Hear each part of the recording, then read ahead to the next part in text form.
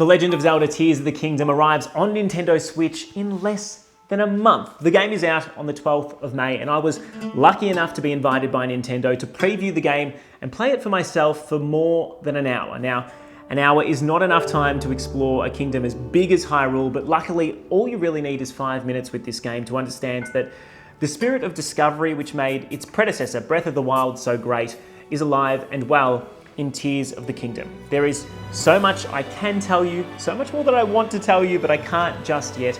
So here goes. Here's 15 things that I learned playing Tears of the Kingdom for more than an hour.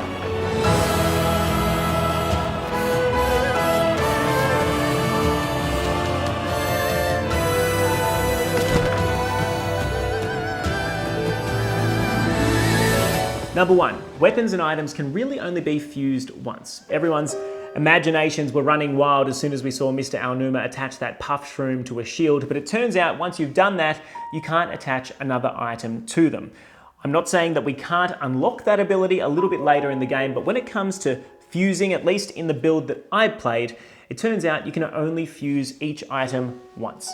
Number 2, Link still can't swim underwater. We all got excited when we saw Link jump into that floating bubble in the final trailer, which was absolutely awesome.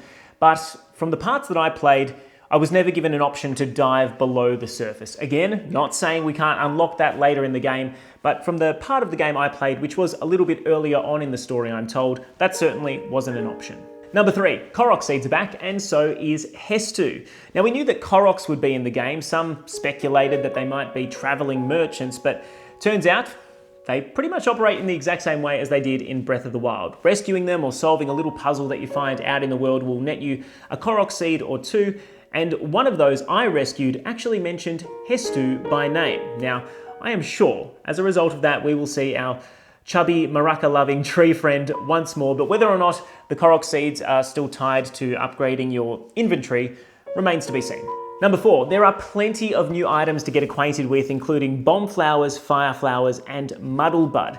All 3 of these I fused to arrows, and I absolutely loved their effects. Of course, we no longer have fire, bomb, ice, and shock arrows. You will have to manually create each of those using items you find out in the world. And that Muddle Bud one is special. We couldn't do that in Breath of the Wild, but now if you hit an enemy with it, it will actually confuse them for a moment and send them attacking other enemies. And by the way, if you fuse a ruby, sapphire, topaz, any of those valuable gems to an arrow, and you shoot them at an enemy, they have elemental effects as well, but you won't just affect one enemy, you will affect multiple all at once. Speaking of enemies, number 5, there are plenty of new ones. In my hour or so with the game, I came across 4 new enemies that I had never seen before. One was those constructs, another one was a mini-boss which you might have spotted in a trailer before, but I'm not allowed to say any more than that.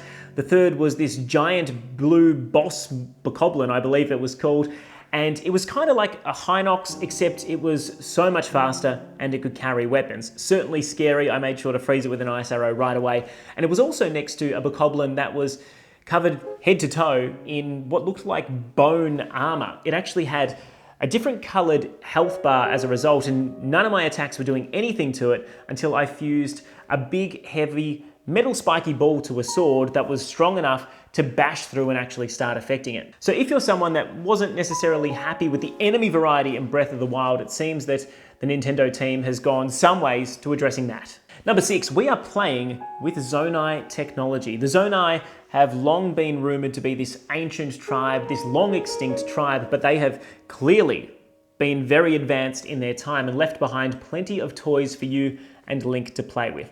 I can't tell you about every single one that I saw, but some of those include the flame emitter, which you might have spotted in an early trailer. Link had it attached to his shield and he was using it like a flamethrower. It is so much fun to do that. Others include a balloon, which when filled with hot air, it will rise. A fan, which we saw in that gameplay demonstration as well, which is great for pushing vehicles in a certain direction, as well as rockets. Now, rockets act sort of like a fan, but they burn much quicker and much more powerfully, which is critical to jetting between different sky islands. A couple of others that I spotted included things like battery packs, so you could use those vehicles for much longer, as well as a portable pot for cooking, and a control stick which you could attach to vehicles and give you infinitely more control when you were in the air especially. Now, if you come across any of these in the open world itself, you won't be able to collect them, store them, and use them later. But that doesn't mean Link can't carry some of these things around.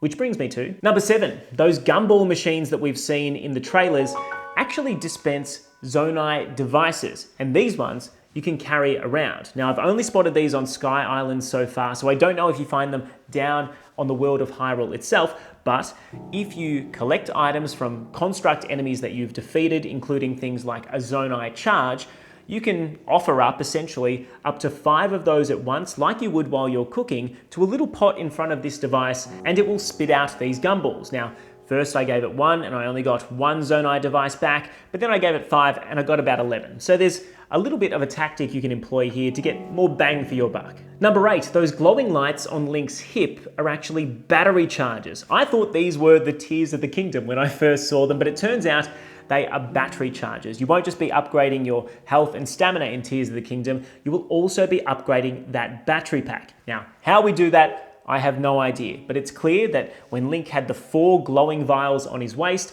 that directly correlated to having 4 battery icons on screen when I was using those Zonai devices, which means I could use them for much longer. But when Mr. Aonuma demoed the game, Link only had 1 battery icon appear on screen.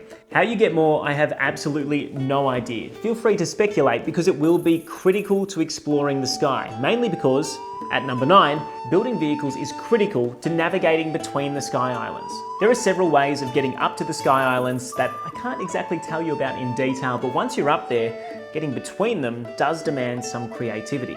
The best way to do that is to build a vehicle. You do still have Link's glider, but depending on the amount of stamina he has, you may not get far enough or very far, especially if you need to go further up in the sky. Verticality is a big thing here. Now, for those of you who aren't exactly thrilled at the idea of having to manually construct a vehicle each and every time you want to get around, I can tell you that there's an ability Link unlocks a little bit later in the game which dramatically speeds up the process. I can't tell you what it's called or what it looks like, but the animation is awesome and the sound effect it makes is equally as cool.